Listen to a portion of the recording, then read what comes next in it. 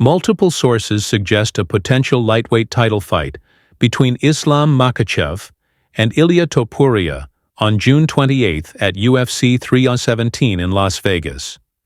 Topuria recently hinted at big news, while his brother Alexander added to the speculation. When questioned, UFC CEO Dana White's simple smile further fueled rumors of this highly anticipated matchup.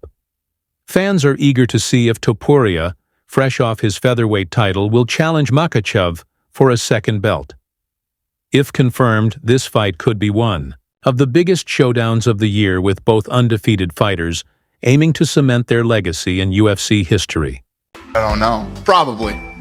New updates confirm that Islam Makhachev and Khamzat Chimaev are set to fight on the same night during June's International Fight Week in Las Vegas. Razil Shamov, a manager and coach close to Chimaev's team, revealed on social media that Makhachev's likely opponent is Ilia Topuria. While the matchup isn't official yet, an announcement is expected soon, adding to the excitement for this stacked event. If confirmed, UFC 317 could feature two of the most highly anticipated fights of the year, with both Makhachev and Chimaev aiming to solidify their dominance in their respective divisions. Topuria, Makhachev, l'équipe. Il y a Makhachev, Topuria, ils vont combattre le même soirée que Khamzat Chimaev. Comme ça, oui. En juin.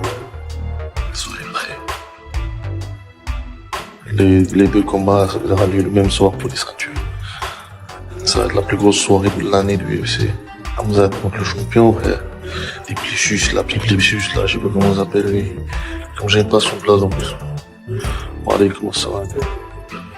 Ça n'a pas été annoncé, mais ça a été dit par moi. Mais bientôt, ça va sortir avec elle.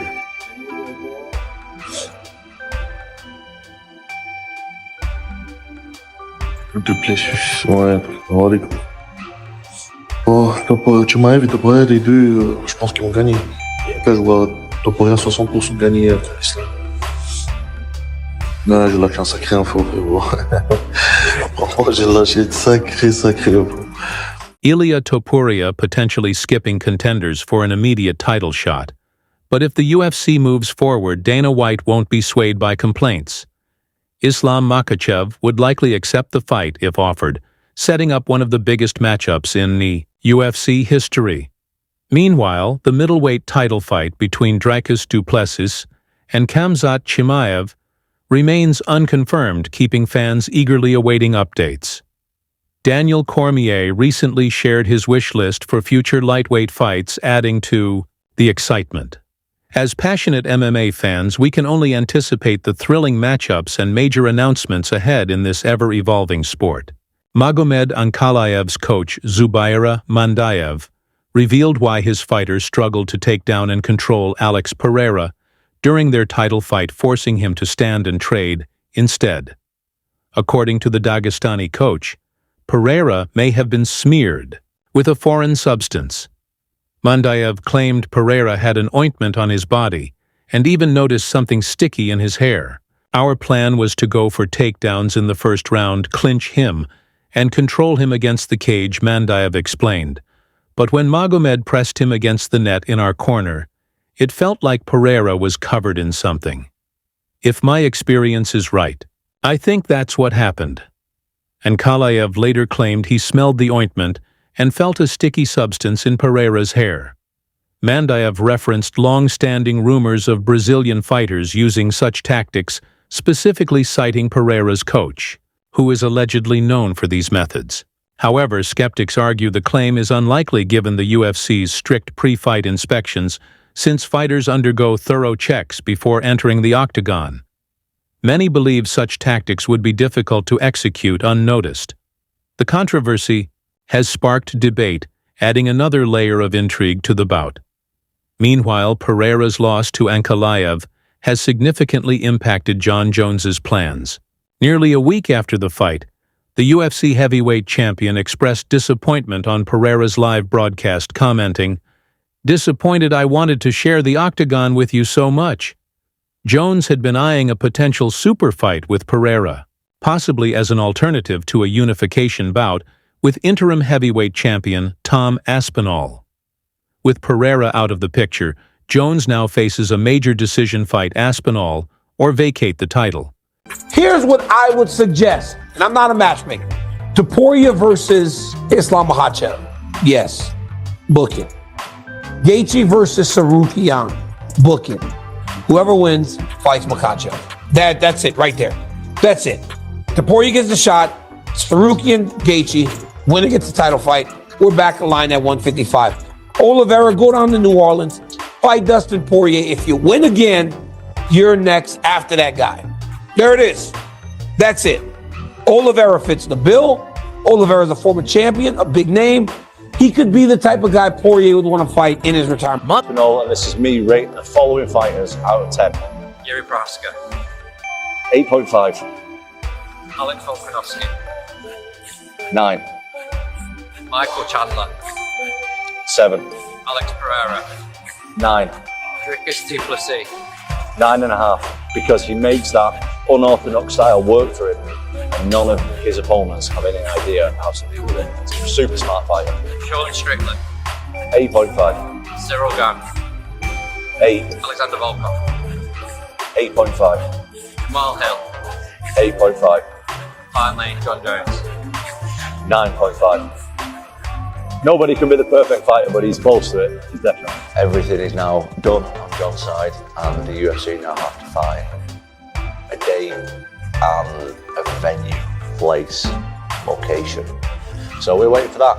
We've got some good news coming soon, hopefully. John, there's only one thing to do, mate. Sign the contract and let's get a date going. And I know. John Jones is scared to fight me. True. You know what tonight told me? There's no man making a better fight. Okay. John's too big. Great wrestler. See how he took Stipe down in that first round? I like Alex Pereira. I like him personally. You know, it just doesn't make sense to make that fight. If they both want it bad enough and they're both hounding me or something, maybe I would do it. It's just Alex Pereira is killing it. Look at his age and what he's doing right now. What's the reason to go up and fight a guy that's so much bigger than you and such a... Tom released that video blog a few days ago on the train where he was saying like John's side is holding up the fight. What is he referring to there? Well, I think that, listen, John Jones definitely wants to fight. Just when and where is what we're working on now. Do you feel confidence? I think you said John I'm very in summer on first day. That fight happens. Summer? Yeah. And you were talking about Tom and John. Tom released that video blog a few days ago on the train where he was saying like John's side is holding up the fight. What is he referring to there? Well, I think that,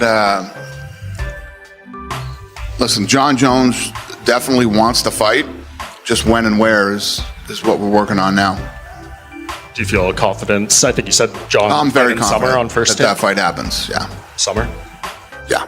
He keeps saying he doesn't want Aspinall. Aspinall need that fight. I don't need it. When you look at it, pretty much true. There's nothing that he's going to make winning that fight if it's not money.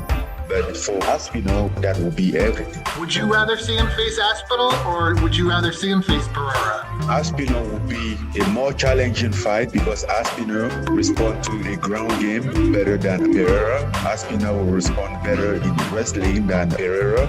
You can do what Dad, cool dudes. Love the guy, bro. But he's the same height as me, if not an inch taller. Thick. Yeah. And I was like, fuck, you're a lot thicker than I would expect. And the speed. Yeah. That's the thing that I'm like, okay, that's the danger. But again, grappling, he's a black belt. John it's different. Yeah. But I don't know, man. They gotta fight. If you're willing to pay me, just pay me. If not, God bless you. What do you think the UFC has to do with Tom Aspinall now? I don't know. I mean, Tom's good champion, he's a great champion, he's tough. I want John Jones.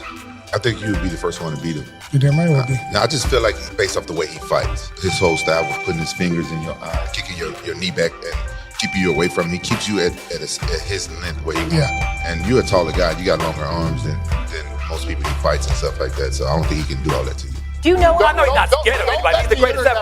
No, he's the greatest ever. I'm talking about does he want to do it? You know, because we know he can beat anybody. Does he want to do it? He does want to do it. Fight. When do you think we would potentially see him back? This summer. Okay. I don't want to fight dangerous up-and-comers anymore. I want to fight dangerous, established champions. So Tom could have the heavyweight championship. I don't really care about it. That my value doesn't lie in belts anymore. I've created something much bigger. John Jones is the fight. You have him fight the greatest of all time. You pay John Jones what he's worth. You do Alex versus John Jones. It's actually the only fight to make. John Jones versus Alex has to be next. That's ridiculous. And Clive's won 10 in a row. I get all that. I'm with you, man. I'm with you. I'm a purist myself. I'm talking about straight business, Vince McMahon, WWE style. How are we going to make money? It's the winner of John Jones, Stipe, or bust. Everything else, we can't. It kind of fucks up everything, dude. I'm the best heavyweight in the world. Prove me wrong, John. If you think you are, prove me wrong. Simple, nothing personal. I ain't hating on nobody. I'm the best heavyweight in the world. If you think you are, let's settle it. Simple as that. Stipe wins the fight, or John Jones wins the fight, the way that both of those guys are wired, I think they fight Aspinall. So we'll see. As retirement, the idea for me is to go out there and beat Stipe. You know, how rude of us is it to just be completely looking past Stipe already? So the main goal is to get past Stipe. And if I can do it in a really dominant, devastating fashion, then the desire in my heart will be like, okay, now it's Alex Pereira. And if the UFC doesn't want that to happen, because ultimately it's the boss's decision, then it won't happen. And I'll just move on with my life. But that's one of the ways I look at it is, would you guys rather lose me or get one more super fight? And the only super fight that makes sense to me, not to everyone else, but to me and my team, is Alex Pereira. Whether or not you would fight Tom Aspinall, whether you retire after this fight. I know we'd all love to see you keep going. How do you feel right now? You know what? While I got the moment, while everybody's cheering and so happy, I want to acknowledge Jesus Christ. And I know that there's millions of people around the world watching right now. And I just want to let you guys know that Jesus loves you so much. That's all I'll say about that. And as far as my future in the octagon, I decided that maybe I will not retire, and that I have some conversations to have with Dana and Hunter, and we have some negotiating to do. And if everything goes right, maybe we'll give you guys what you want to see. I'm proud to be a great American champion. I'm proud to be a Christian American champion. Aspinall Curtis Blades fights the winner of John Jones, Stipe Miocic. Absolutely. You're calling out John Jones. Yeah. Right? That's the boogeyman. Like, John Jones is the fucking boogeyman. When he fought Gustafsson, he had almost no training camp. They said he barely showed up. I talked to Jackson about it, and Greg Jackson was telling me like he didn't even train for that fight. He pulled that fight off in the 4th and 5th rounds. That's when he really turned it up. So you're talking about a guy who hasn't even been training. And then you saw the real John Jones in the second fight. That's motivating. I defended the interim title. Helen Brow defended it twice. If a situation arose, would you be prepared to defend that title again? No, I ain't defending it again. I'm in a tough spot because John Jones is going to come back in a few months. So the Undisputed is going to be active. If the Undisputed is active, I should be fighting for the Undisputed next, and I won't move on that. Obviously, you called out John Jones in the cage after the fight. Very respectful. Have you seen his message and response? Yeah, I've seen it. John Jones still needs to sign on a dotted line saying he's going to fight me. He can say whatever he wants. Saying stuff and doing stuff is completely different. So if you're watching, John, you're invited. Turn up because I'll be there. If you sign up, I'll be there. You also talk about like the activity you wanted to fight. Name that's been mentioned is Alex Pereira. Is that a fight you actually think could happen? If it's for the Undisputed title, yeah, I'll fight anybody. Fight anybody for the Undisputed title. That's what I deserve. I deserve to fight for the Undisputed title next. So that's going to be our next move for sure. If John Jones had the chance of